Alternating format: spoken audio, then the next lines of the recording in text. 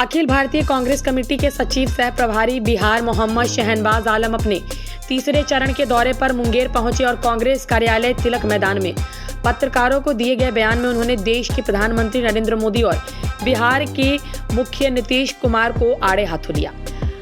अभी अखिल भारतीय कांग्रेस कमेटी के सचिव सह प्रभारी बिहार मोहम्मद शहनवाज आलम अपने तीसरे चरण के दौरे पर मुंगेर पहुंचे और कांग्रेस कार्यालय तिलक मैदान में मुंगेर जिला कांग्रेस कमेटी के तत्वावधान में आयोजित भारत के प्रथम प्रधानमंत्री पंडित जवाहरलाल नेहरू की जयंती समारोह में हिस्सा लिया।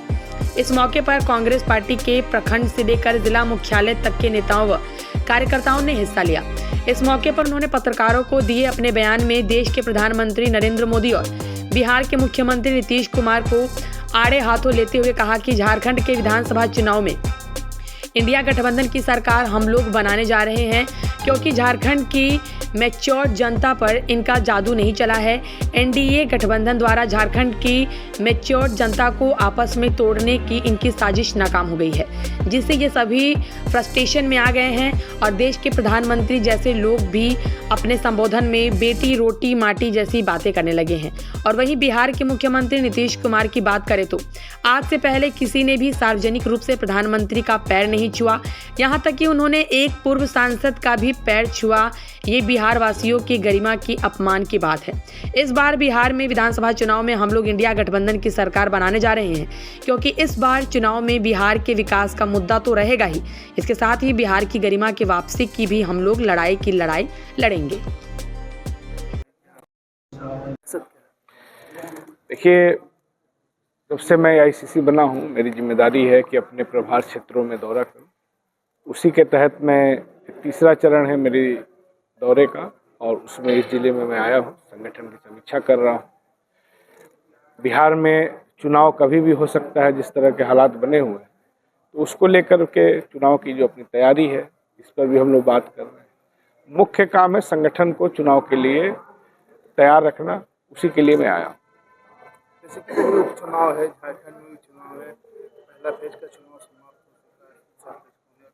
क्या लगता है जो उपचुनाव जो है आगे की राजनीतिक तय कर देगी, झारखंड का जो चुनाव है, बिहार में जो चुनाव होने वाला है उसका वो दिशा दे देगा? ये झारखंड में निश्चित तौर पे इंडिया गठबंधन की सरकार बनने जा रही है। जिस तरह की भाषा प्रधानमंत्री, गृह मंत्री, तमाम लोग इस्तेमाल कर रहे हैं वहाँ पे जाकर के, उससे पता चलता है कि बहुत फ्रस्ट्रेशन है, कुंठा है, और उनको लग रहा है कि उनका जो विभाजन करने की जो राजनीति है वो झारखंड में नहीं चलेगी। और इसीलिए हमने देखा कि प्रधानमंत्री स्तर के लोग भी माटी बेटी और क्या क्या पे उतर रहा है। ये उनकी कुंठा दिखाता है। लेकिन मेरा मानना है कि झारखंड के लोग बहुत मैच्योर हैं पॉलिटिकली, बीजेपी को नकारेंगे।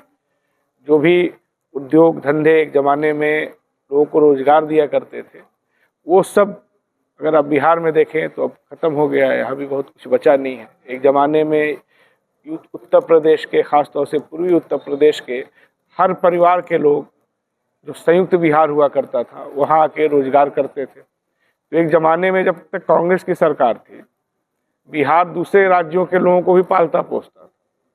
लेकिन अब आप देखिए हालत किस तरह का हो गया। पलायन एक बड़ा मुद्दा बनने जा रहा है। तो इन्हीं सब मुद्दों पे हम लोग चुनाव भी लड़ेंगे। बिहार का चुनाव जो होने वाला है, क्या कहें उसके विषय में? बिहार के चुनाव में इंडिया गठबंधन की सरकार बनेगी।